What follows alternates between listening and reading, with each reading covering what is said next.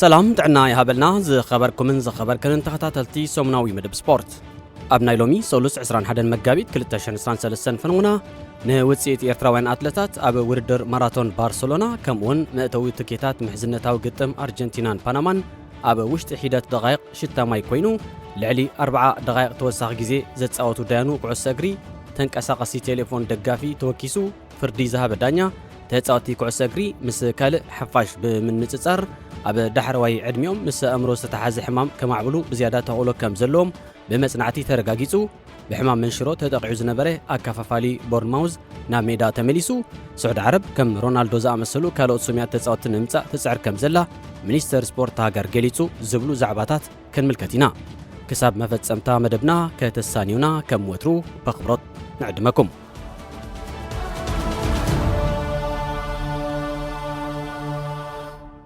ኤርትራውያን አትሌታት በቅድሚት ማሊ ሰንበት 19 መጋቢት ኣብ እስጳኛ ብዝተኻየደ መበል 42 ውድድር ዙሪሽ ማራቶን ባርሴሎና ዘዕግብ ውፅኢት ኣመስጊቦም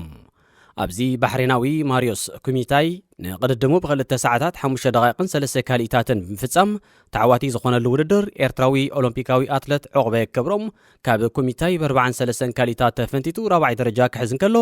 ብ1 ደቂቕን 39 ካልኢታትን ዝድሓረ ኤርትራዊ ስዊዘርላንዳዊ ኦሎምፒካዊ ኣትሌት ታደሰ ብርሃም ድማ ሻድሻይ ኮይኑ ኣትዩ ኤርትራዊ ጀርመናዊ ኣትሌት ፊሊሞን አብርሃም ወገኑ 10 ተርታብ መሓዝ ምስ ብሉጻት 10 ተወዳደርቲ ክስራሕ እንከሎ ኤርትራዊ ሾደናዊ ኣድሓኖም አብርሃ ድማ መበል 17 ተርታብ መሓዝ ቀድድሙ ወዲዩ ኣትሌት ዕቑበ ክብሮም ኣብ ወርሒ ጥሪ ኣብ እስጳኛ ዝተሰላሰለ ውድድር ፍርቂ ማራቶን ሲቪያውን ካልኣይ ደረጃ መሓዝ ንሽልማት ብሩር ማዳልያ በቂዑ ነይሩ ኣብ ወርሒ ታሕሳስ 2022 ኣብ ቀጠር ዝተሰላሰለ መበል 22 ውድድር ኩዕሶ እግሪ ዋንጫ ዓለም ብዓወት ናይታ ድሕሪ 36 ዓመታት ዘውዲ ሻምፒዮን ዝደፍአት ኣርጀንቲና ከም ተዛዘመ ናይ ቀረባ እዋን ተዘክሮ እዩ እዛ ብሊዮኔል ሜሲ ትምራሕ ሃገራዊት ጋንታ ድሕሪ ጽባሕ ሓሙስ 23 መጋቢት ብድሕሪ ዚ ዓወታን ፈለማ ግዜ ኣብ ሜዳ ኣብ ቀድሚ ደገፍታ ምሕዝነታዊ ግጥም ከተካይድያ ነዚ አንጻር ፓናማ ተካይዶ ግጥም ዘገልግል 63000 መእተዊ ትኬታት ዝሓለፈ ሓሙስ ብመንገዲ ኣገልግሎት ኢንተርነት ወይ ከዓ ኦንላይን ኣብ ዕዳጋ ተዘርጊሑ ኣብ ውሽጢ ሒደት ደቂቕ ድማ ሙሉእ ብሙሉእ ተሸይጡ ተወዲኡ ልዕሊ 1.5 ሚልዮን ህዝቢ ነቲ 83000 ህዝቢ ተዓዘብቲ ናይ ምእንጋድ ዓቕሚ ኣብ ዘለዎ ስታድየም ሞኒመንታል ዝሳለጥ ፀወታ ንምዕዛብ ብመንገዲ ኢንተርነት ከም ዘመልከተን ብሰንኪዚ ኣብ ሓፂር እዋን ዝተለኣከ ምስ ቀረብ ዘይመጣጠን ብዝሒ ጠለብ ድማ መርበብ ሓበሬታ ትኬት ክሸይጥ ተመዘዘ ትካል ዴፖርቲክ ንግዚኡ ካብ ኣገልግሎት ደው ክብል ከም ተቐሰበ ተሓቢሩ ብዘይካዞም ካብ 12000 ክሳብ 49000 ፔሶ ኣርጀንቲና ወይ ከዓ ካብ 59 ክሳብ 241 ዶላር ኣሜሪካ ዝዋግኡ ትኬት ዓዲጎም ንሜስን ብጾትን በኣካል ክርእዩ ዝበሃጉ ተራ ኣፍቀርቲ ኩዕሶ ኣርጀንቲናውያን 131000 ዝበጽሑ ጋዜጠኛታት ውሽጥን ወፃን ሃገርን ነቲ ግጥም ተዓዚቦም ንሰዓብቶም ሓበሬታ ንኸመሓላልፉ ወግዓዊ መእተውን መለለይን ካርድ ክወሃቦም ሕቶ ከም ዘቕረቡ ፕረዚደንት ማሕበር ኩዕሶ እግሪ ኣርጀንቲና ክላውዲዮ ታፓያ ገሊጹ ንሱ ነዚ ኣብ ታሪኽ ተራእዩ ዘይፈልጥ ብዝሒ ጠለብ ሰብ ሞያ ሜድያ ኢሉ ዝጠቐሶ ጉዳይ ኣመልኪቱ ኣብ ማህደር ማሕበራዊ ሜድያ ትዊተር ኣብ ዘስፈሮ ጽሑፍ ንኹሉ ዝቐረበልና ጠለብ ከነማልእ ባህ ምበለና እንተኾነ ግን ነቶም ጋዜጠኛታት ዝኸውን ጥራይ ክልተ ክንዲ ስታድዮም ሞኒመንታል ዝኣክል ሜዳ ከድልየና እዩ ብምባል ንኹሉ እቲ ዝቐረበሎም ጠለብ እወታዊ መልሲ ክህብሉ ከም ዝተጸገሙ ኣፍሊጡ ኣብ ግዜ ንእስነት ቆልዑ ሓደ ገዛውቲ ወይ ከባቢ ኣብ ማእከል ጽርግያ ወይ ጎልጎል ኩዕሶ ክጻወቱን ከለው እቲ ግጥም ብመጠን ግዜ ኣይደረትን እዩ ንጎት ጀመረ ፀወታ ኣላሽልካ ክሳብ ትደክም ክሳብ ፍርቂ መዓልቱን ክቕጽል ተኽእሉሎ ዝሓለፈ ሰሙን ኣብ ላዕለዋይ ዲቪዥን ሃገረ ቦሊቪያ ክለባት ኩዕሶ እግሪ ፓልማ ፍሎሮን ብሎሚንግን ኣብ ዝተጋጠማሉ ነዚ ናይ ንእስነት ኩዕሶ ዘዘኻኽር ፍጻሜ ኣጓኒፉ ነይሩ እዚ ፀወታ እዚ ከም ልሙድ 9 ደቂቕን ንዝጠፍአ ግዜ መተኪ ዝኸውን ድማ ገለ ተወሰኽቲ ሒደት ደቂቕን ዘይኮነ ካብ ንቡር ወጻኢ ንብዙሓት ብዘገረመ መልክዕ 132 ደቂቕ ወሲዱ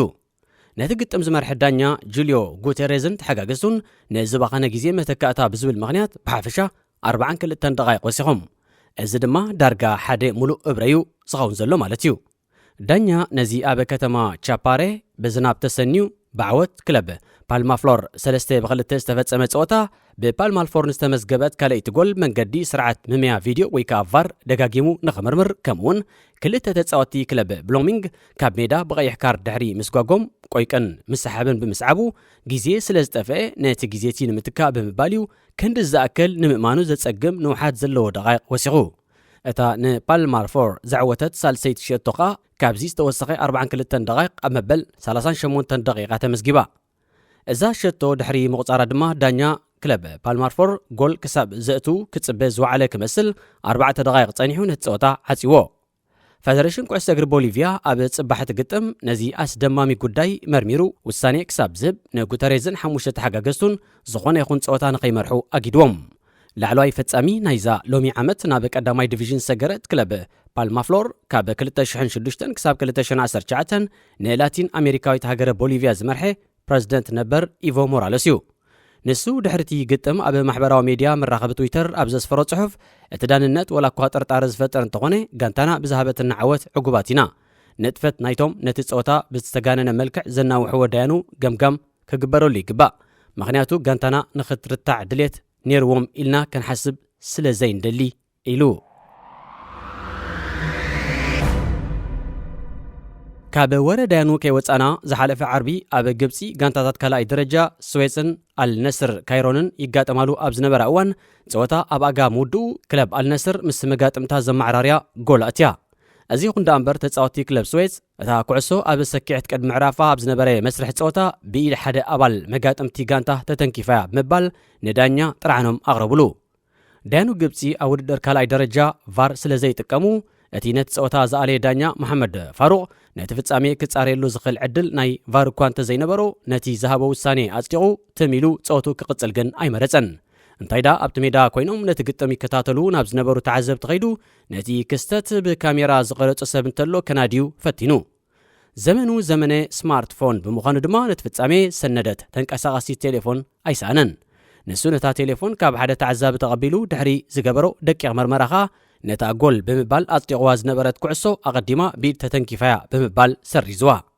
ተጻወቲ ክለብ አልናስር ዳኛ ንዝተጠቕመሉ ኣገባብ ውሳኔ ብምቋም ብዙሕ እኳ እንተዕገርገሩ ሰማዕ ግን ኣይረኸቡን ስዕረት ክጉልበቡ ተገዲዶም ጸወታ ምስ ተወደውን ኣንጻርቲ ዳኛ ዘንጸርጸረ ተቓውሞ ስለ ዘይሃደአ ነቲ ግጥም ዝኣለዩ ዳያኑ ካብ ሜዳ ብፖሊስ ተዓጂቦም ወፂኦም ሓለፍቲ ክለብ አልነስር ዳኛ መሐመድ ፋሩቅ ኣብ ተንቀሳቓሲ ቴሌፎን ምርኩስ ምግባር ዝሃቦ ውሳኔ ስርዓትን ሕግን ዝሓለወ ስለ ዘይኮነ ኣብ ልዕሊኡ ክሲ ክምስርቱ ምዃኖም ኣፍሊጦም ኣለዉ እንግሊዛዊ ተኸላኸላይ ፊል ጆንስ ኣብ ክራማት 2011 ዓመተ ምህረት እዩ ካብ ክለብ ብላክበርን ሮቨርስ ናብ ክለብ ማንቸስተር ዩናይትድ ተሰጋጊሩ ዩናይትድ ነዝተጻወታይ ኣብ ኢዳ ንምእታው 16 ሚልዮን ፓውንድ ከም ዝኸፈለት ይንገረላ ኣብቲ እዋን ዕውት ኣሰልጣኒ ክለብ ማንቸስተር ዩናይትድ ዝነበረ ሰር ኣሌክስ ፈርግሰን ጆነስ ኣብ ታሪክ ዩናይትድ እቲ ዝበለጸ ተጻዋታይ ክኸውን ተኽእሎ ኣለዎ ብምባል ርእይቶ ሂቡ ነይሩ እዚ ይኹን እምበር ኣብ ዩናይትድ 12 ዓመታት ኣቑፂሩ ዘሎ ጆነስ ኣይኮነን ዶ ንዝበለጸ ተጻዋታይ ዩናይትድ ክበቅዕ ብሰሪ ተደጋጋሚ መጉዳእትን መትሓት ብቕዓትን ዝተረስዐ ሰብ ካብ ዝኸውን ነዊሕ ኣቑፂሩሎ ንኣብነት ኣብዚ ዓመተ ስፖርት ሓንቲ መዓልቲ እውን ትኹን ንፈውሲ ማሕላ ኣብ ሜዳ ኣይተራየን ኣብዚ ውሽጢ 4 ዓመታት 13 ግዜ ጥራይ ተሰሊፉ ብሓፈሻ ሕማቕ ዕድል ኮይኑ ጆነስ ካብ ኣብ ሜዳ ዘበርከቶ ሕክምና ኣብ ምክትታልን ኣብ መንበር ተዓዘብትን ዘሕለፎ ግዜ ዝበዝሕ እዚ ኩንዳ እምበር ጆነስ ኣብ 2015 ከምኡውን 2019 ንዝነበሮ ውዕል ከናውሕ ድል ኣብ ርእሲ ምርካቡ መርበብ ሓበሬታ ሰላሪ ስፖርት ኣብ ገጻታ ከም ዘስፈረቶ ደሃን ዝኾነ መጠን ኣታዊ ረኺቡ እዩ بمسرة سبسب سالاري سبورت جونس كاب 2011 كساب 2014 عامة مرت سومناوي 59 باوند عامتاوي 3.1 مليون باوند ناتقبله أوشت 3 عامتات 13.4 مليون باوند أتاو جيرو أب 2015 سومناوي دوموز نايزي أبز وانزي عدميو 31 عامت ملي زلو تتسواتاي ناب 74 مليون باوند كب دحري مبالو كساب 2017 أوش 3 عامتات 11.7 مليون باوند أتيو كاب 2018 كساب 2022 أبزلو جزي دما سومناوي 110 باوند ناتغفلو بحفجة 28.5 مليون باوند تقبلو تتصاوتي كعس أجري كاب كالوت تراسبات 500 مئتاويت زيادة مس جزي حمام أمرو وي دمنسيا ناي معبال تغلو كم زلوم ኣብ ሃገረ ሽወደን ዝተኻየደ መጽናዕቲ ኣረጋጊጹ። ሕማም ደሜንሽያ ምጉዳል ዓቕሚ ምዝካር ምሕሳብን ምኽንያታዊ ውሳነን ኣእምሮ እዩ። እዚ ኣብ ሽወደን ዝተረኸበ ውፅኢት መጽናዕቲ ነደረት ምህራም ኩዕሶ ብርእሲ ዝምልከት ሕጊ ከተኣታቶ ክቐርብ ንዝጸንሐ ጻውዒታት ደጊሙ ከገዋህሮ ክኢሉ ኣሎ። ኣብ ዝሓለፈ መዓልትታት ኣብ መጽሔት ህዝባዊ ጥዕና ላንሴት ዝተሓት ማሕበሬታ ከም ተገልጸ ኣብ ትካል ኮርሎኒስካ ሽወደን ዝርከቡ ተመራመርቲ ካብ 1924 ክሳብ 2019 ኣብ ዘሎ ግዜ ንናይ ልዕሊ 6,000 ሲኒየር ተጻወቲ ኩዕሶ እግርን ልዕሊ 56,000 ተራ ሰባትን ሕክምናዊ መዝገብ ኣነጻጺሮም። በቲ ዝገበርዎ መጽናዕቲ ኸ ሓደ ካብ 11 ኣብ ላዕለዋይ ዲቪዥን ሽወደን ዝነጥፉ ደቂ ተባዕትዮ ተጻወቲ ኩዕሶ እግሪ ብሕማም ደሜንሽያ ከም ዝጥቃዕ ኣረጋጊጾም። ብመሰረት ሓበሬታ ነቲ መጽናዕቲ ዝመርሐ ዶክተር ፒተር ዌዳ እቲ ዝተረኽበ ሓፈሻዊ መርትዖታት ሲኒየር ተጻወቲ ኩዕሶ እግሪ ነበር ምስ ኣእምሮ ንዝተኣሳሰረ ሕማም ብፍላይ ድማ ንሕማም ኣልዛይመርን ካልኦት ሕማማት ደሜንሽያን ብዝያዳ ዝተቓልዮም ንዝብል ጽንሰ ሓሳብ ዝድግፍ እዩ። ካብቶም መጽናዕቲ ዝተገብረሎም 6,007 ተጻወቲ ነበር እቶም 537 ወይ ከዓ 9 ሚእታዊት ምስ ኣእምሮ ዝተኣሳሰር ሕማም ደሜንሽያ ከም ዝማዕበሉ ክረጋገጽ እንከሎ በንጻሩ ኸኣ ካብቶም 56,168 ኣብ ኩዕሶ ነጢፎም ዘይፈልጡ ተራ ሰባት ድማ እቶም 3,485 ወይ ከዓ 6 ሚእታዊት ጥራዮም ተመሳሳሊ ጸገም ጸኒሕዎም። ኣብ ጾታ ኩዕሶ እግሪ ሓለውቲ ልዳት ኩዕሶ ብርእሲ ምግጫው ከም ዘየዘውትሩ ዝፍለጥ ኮይኑ ኣብቲ ዝተኻየደ መጽናዕቲ ድማ ሓለውቲ ልዳት ምስቶም ዝተረፉ ካልኦት ተጻወቲ ብምንጻር ሕማም ደሜንሽያ ናይ ምዕባል ዕድሎም ዝተሓተ ኮይኑ ተረኺቡ። እዚ ድማ ነቲ ኩዕሶ ብርእሲ ብተደጋጋሚ ምህራም ኣብ ልዕሊ ኣእምሮ ሃስያ ከምኡውን ሕዱር ሕማም ኣእምሮ ከስዕብ ተኽእሎ ኣለዎ ዝብል ኣቐዲሙ ዝተገመተ ጽንሰ ሓሳብ ዘረጋግጽ እዩ። ኣብ 2019 ኣብ ስኮትላንድ ዝተኻየደ መጽናዕቲ እውን ፕሮፌሽናል ተጻወቲ ኩዕሶ እግሪ ነበር ሕማም ደሜንሽያን ካልኦት ከበድቲ ሕማማት መትንታት ኣእምሮን ናይ ምዕባል ተኽእሎኦም ካብ ካልኦት ብሓፈሻ ብ3.5 ዕጽፊ ዝዓበየ ምዃኑ ደምዲሙ ነይሩ። ዝሓለፈ ዓመት ኣብ ሃገረ እንግሊዝ ዝተሓትመ ካልእ መጽናዕቲ ወገኑ ፕሮፌሽናል ተጻወቲ ኩዕሶ እግሪ ድሕሪ 65 ዓመት ዕድሜኦም ካብ ካልእ ሓፋሽ ብዝያዳ ዝኸፍአ ጥዕና ናይ ሓንጎል ክህልዎም ተኽእሎ ከም ዘሎ ሓቢሩ ነይሩ። ኣብ ዩኒቨርሲቲ ኮሌጅ ለንደን ናይ ክብሪ ፕሮፌሰር ዴቪድ ከርቲስ ብሸነኹ ኣብ እዋን ልምድን ምዱብ ፆታን ንኩዕሶ ብተደጋጋሚ ብርእሲ ምህራም ጉዳት ሓንጎል ከም ዘስዕብን ምስ ግዜ ኸኣ ንሕማም ደሜንሽያ ክቃልዕ ከም ዝኽእልን ዝምጉት ሓበሬታ ቁኑዕ ይመስል ይብል። 4 ኣባላት ናይታ ኣብ 1966 ዋንጫ ዓለም ዝዓተረት ሃገራዊት ጋንታ እንግሊዝ ማለት ሬይ ዊልሰን፣ ማርቲን ፔተርስ፣ ጃክ ቻርልተንን ኖቢ ስቲልስን ኣብ ዝተፈላለዩ እዋን ብሰሪ ሕማም ደሜንሽያ ከም ዝሞቱ ይግለጽ። ሓውን ጃክ ዝኾነ ሰር ቦቢ ቻርልተን እውን ኣብ 2000 ዓመተ ምህረት ብሕማም ደሜንሽያ ከም ተጠቕዐ ብሓካይም ተነጊርዎ እዩ። ፌደሬሽን ኩዕሶ እግሪ እንግሊዝ ካብ ዝሓለፈ ዓመታት ሒዙ ኣብ ገሌ ውድድራት ግራስ ሩትስን ሊጋትን ንዝፃወቱ ትሕቲ 12 ዓመት ዘዕድሚኦም ቆልዑት ኩዕሶ ብርእሲ ከይሃርሙ ብምኽልካል መጽናዕቲ ኣብ ምክያድ ይርከብ። ውፅኢት እቲ መጽናዕቲ ኩዕሶ እግሪ ብርእሲ ምግጫው ኣብ ልዕሊ ኣእምሮ ኣሉታዊ ሳዕቤና ኣለዎ ኣብ ዝብል መደምደምታ እንተዳ በፂሑ እቲ ፌደሬሽን ካብ ዓለም ለኻዊ ቦርድ ማሕበር ኩዕሶ እግሪ ፍቓድ ምርካብ ኣብ ክሊ 12 ዓመትን ትሕቲኡን ንዝርከቡ ተጻወቲ ኩዕሶ ብርእሲ ምግጫው ሙሉእ ብምሉእ ዝእግድ ሕጊ ኩዕሶ እግሪ ከጽድቕ እዩ። ገሌ ምስ ስነ ኣእምሮ ዝተሓዘ ሞያ ዘለዎም ወገናት እቲ ሕጊ ኣብ ትሕቲ 12 ዓመት ዘዕድሚኦም ቆልዑ ጥራይ ከይተሓፅረ ንብምሉኦም ትሕቲ ዕድመ ከጠቓልልን ዓቕሚ ኣዳም ዝበፅሑ ተጻወቲ ድማ ኣብ እዋን ልምድ ኩዕሶ ብርእሶም ከይሃርሙ ዝድርቶም ክኸውንን ይላቦ።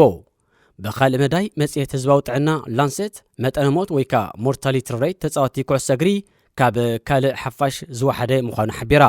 እዚ ድማ ሓፈሻዊ ጥዕና ፕሮፌሽናል ተጻወቲ ምስ ካልእ ዘይጻወት ሰብ ክነጻጸር እንከሎ ዝሓሸ ምዃኑ ዘመላኽት እዩ ይብል ኣብቲ መጽናዕቲ ዝተሳተፈ ፕሮፌሰር ቢዮርን። ዳቪድ ሮበርት ብሩክስ ካብ 2018 ጀሚሩ ምስ እንግሊዛዊት ክለብ ቦርንማውዝ ኣብ ውድድራት ሻምፒዮንሺፕን ፕሪምየር ሊግን ክነጥፍ ጸንሐ ኣከፋፋሊ እዩ። እዚ ተወላዲ ሃገረ ዌልስ ዝኾነ ተጻዋታይ ኣብ ወርሒ ጥቅምቲ 2021 ኣብ ዘካየዶ መርመራ ብሕማም መንሽሮ ከም ተጣቕዐ ተረጋጊጹ ነይሩ። እቲ ንብሩክስ ኣጥቂዕዎ ዝነበረ መንሽሮ ዘይንቡር ዋዮታት ጻዕዳ ደም ከም ዛዕቢ ዝገብር ሕማም እዩ። ዕድሚኡ 25 ዓመት መሊኡ ዘሎ ብሩክስ ድሕሪ ዝተገብረሉ ን7 ዋርሕ ዝኸደ ሕክምናዊ ክንክን እቲ ኣብ ካልኣይ ደረጃ በፂሑ ዝነበረ ሕማም መንሽሮ ኣብ ወርሒ ግንቦት 2022 ከም ዝጠፍአን ካብቲ ሕማም ድማ ናጻ ምዃኑን ተሓቢርዎ። ንሱ ነዚ ጥዕናዊ ብድሆ ብዓወት ድሕሪ ምስጋሩ ዝሓለፈ ቀዳም ጋንቱ ኣንጻር ኣስቶን ቪላ ኣብ ዘቃንዕቶ ጾታ ድሕሪ 536 መዓልታት ንፈለማ እዋን ናብ ስታድየም ተመሊሱ ተጻዊቱ ንሱ ኣብቲ ጋንቱ 3-0 ሳዕረትሉ ግጥም ኣብ መበል 79 ደቂቕ ንኣዳም ስሚዝ ተኪዩ ናብ ሜዳ ዝኣተወ ክኸውን ከሎ ኣሰልጣኒኡ ጋሪ ኦኔል ንምልሰቱ ምምላስ ብሩክስ ንነፍሲ ወከፍ ሰብ ዓቢ ህያብ እዩ ብምባል ገሊጽዎ ተሸላሚ 5 ባሎን ዶር ዝኾነ ፖርቹጋላዊ ኣጥቃዒ ክርስቲያኖ ሮናልዶ ካብ ፈለማ ዝሒዝናያ ዘለና ዓመት ጀሚሩ ንዓመት 200 ሚልዮን ዩሮ እናተኸፍሎ ኣብ ስዑድ ዓረብ ምስ ክለብ አል ነስር እናተጻወተ ይርከብ ፕሮ ሊግ ስዑድ ዓረብ ምስ ምምጻእ ሮናልዶ ኣቓልቦ ኣብ ዝተፈላለየ ኩርናት ዓለም ዘለው ኣፍቀርቲ ኩዕሶ እግሪ ብምርካቡ እቲ ሃገር ካልኦት ከም ሮናልዶ ዝኣመሰሉ ሶምያትን ከዋኸብትን ኩዕሶ እግሪ ንምምጻእ ዘኽእል ውጥን ሓንፂፃት ትሰርሕ ከም ዘላ ሚኒስተር ስፖርት ስዑድ ዓረብ ልዑል ዓብደልዓዚዝ ቢን ቱርኪ አልፈይሰል ገሊጹ ንሱ ብቕድሚት ማል ሰንበት ምስ ጋዜጣ ዚ አትላንቲክ ኣብ ዝገበሮ ቃለ መጠይቕ ውጥን ኣለና እቲ ውጥን ድማ ስትራቴጂ ደገፍ ክለባት ተባሂሉ ይጽዋዕ ክለባት ሃገርና ልዑል ዓቕሚ እኳ እንተለወን ብግቡእ ዝተሰርዐን ዝተወደበን ከም ዘይኮነ ምስ ተገንዘብና ኣብ 2019 ስትራቴጂ ኣቐሚጥና ክንንቀሳቐስ ጀሚርና ኣብ ሃገርና ዝነበረ ኩዕሶ እግሪ ኣብ ቁኑዕ ቦታ ኣይተሃንፀን ዘዕግብ ቁፅሪ ተዓዘብትን ዝምስጥ ኩዕሶ እግሪን ንኽህልወና ኣብ ምርግጋጽ እተን ክለባት ብዝለዓለ ደረጃ ምእንታን ክዋሳእ መንግስቲ ብዙሕ ካብ ባጀታተን ይድጉም እዩ ብምባል ሓቢሩ ንሱ ብምቕጻል ምምጻእ ሮናልዶ ናብ ዝሊግና ፕሮ ሊግ ስዑድ ዓረብ ብመንገዲ 137 መስመራት መራኸቢ ብዙሃን ኣብ ዝተፈላለየ ክፋላት ዓለም ይዝርጋሕ ኣብ ፈለማ ነቲ ውድድር ክዝርግሑልና ንብዙሓት ኣውታራት መራኸቢ ብዙሃን ሓቲትና ነርና እንተኾነ ግን ዝኾነ ይኹን ተገዳስነት ከም ዘይብሎም እዮም ሓቢሮምና ሓደ ተጻዋታይ ምስ ተጸንበረና ግን ኣብዚ እዋን ሊግና ኣብ መላእ ዓለም ኢኻ ትረኽቦ ድሕሪ ምባሉ እቲ ሚኒስተር ወሲኹ ሓያል ሊግ ዘለና ኮይኑ ይስማዕኒ ንኽትወዳደረሉ ቅልል ዝበለ ሊግ ኣይኮነን ገሌ ካብቲ ሮናልዶ ኣንጻር ካልኦት ጋንታታት ዝተጻወተሉ ግጥማት እንተዳ ተዓዚብካዮ እተን ክለባት መሳጢ ኩዕሶ እግሪ ንኸንጸባርቓ ኣብ ጽቡቕ ኩነታት ኣለዋ ገና ንዓቢና ዘለና ዝኾነ ኣብዚ ግዜ ጉዕዞና ክሕግዘና ክመጽእ ዝደሊ ሰብ ድማ ሓንጎፋይ እንቋዕ ድሓን መጻኻ ኢልና ክንቅበሎ ድልዋት ኢና ኢሉ ዝኸበርኩምን ዝኸበርክንን ተኸታተልቲ መደብና ንሎሚ ሰሉስ ኣሰናዲእናዮ ዝነበርና ሰሙናዊ መደብ ስፖርት ተዛዚሙሎ ኣብ ዝቕጽል ሰሙን ብኻልእ ትሕዝቶታት ክሳብ ንራኸብ ንኹልና ኣብ ዘዘለናዮ ሰላም እንትዕናን